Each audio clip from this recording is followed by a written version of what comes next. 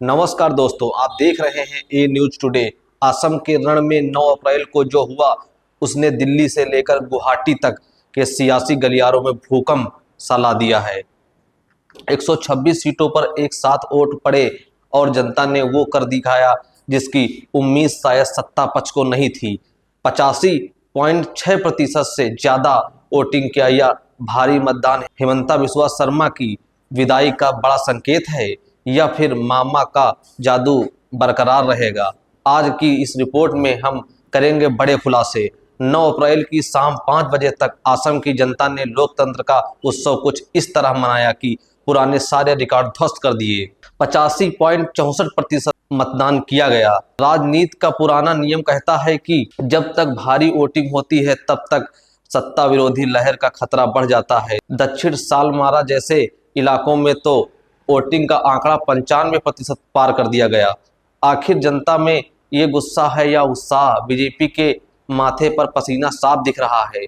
इस चुनाव में बीजेपी ने विकास का नारा तो दिया, लेकिन धरातल पर मुद्दे कुछ और ही थे। विपक्ष खासकर गौरव गोगोई की अगुवाई वाली कांग्रेस ने 3 बड़े तीखे तीर छोड़े हैं। बेरोजगारी और महंगाई। क्या सिर्फ फ्लाईओवर बनाने से पेट भरता है? आम जनता एलपीजी और पेट्रोल के दामों से त्रस्त है। वहीं सीएए और एनआरसी का जिन असम की पहचान और डेमोग्राफी का मुद्दा एक बार फिर गर्म है।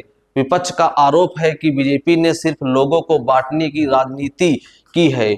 चुनावी हिंसा। कल की वोटिंग के दौरान लगभग 30 लोग घायल हुए और 7 गिरफ्तारियां हुई। तामुलपुर और खोवांग में जो हिंसा हुई उसने कानून व्यवस्था पर गंभीर सवाल खड़े कर दिए हैं। मुख्यमंत्री हिमंता बिस्वा शर्मा इसे ऐतिहासिक जीत बता रहे हैं, लेकिन कांग्रेस अध्यक्ष गौरव गोगोई का दावा है कि यह भारी मतदान परिवर्तन के लिए है। गोगोई ने साफ कहा कि लोग नए बोरो आसोम के लिए निकले हैं। क्या गौरव गोगोई इस बार बीजेपी के चाणक्य मात दे पाएंगे? 4 मई को जब नतीजे आएंगे तो पता चलेगा कि जनता ने किसे चुना और किसे नकारा। 85% से ज्यादा की यह वोटिंग सिर्फ एक नंबर नहीं बल्कि असम की तकदीर का फैसला है। क्या एंटी इनकम्बेंसी की लहर बीजेपी के जहाज डुबो देगी या हिमंता का मैनेजमेंट एक बार फिर कमाल करेगा? अब सबकी नजरें 4 मई सन 2026 पर हैं, जब चुनाव के नतीजे आएंगे। इस बीच जो 24-25 दिन का गैप है उसमें ईवीएम की सुरक्षा और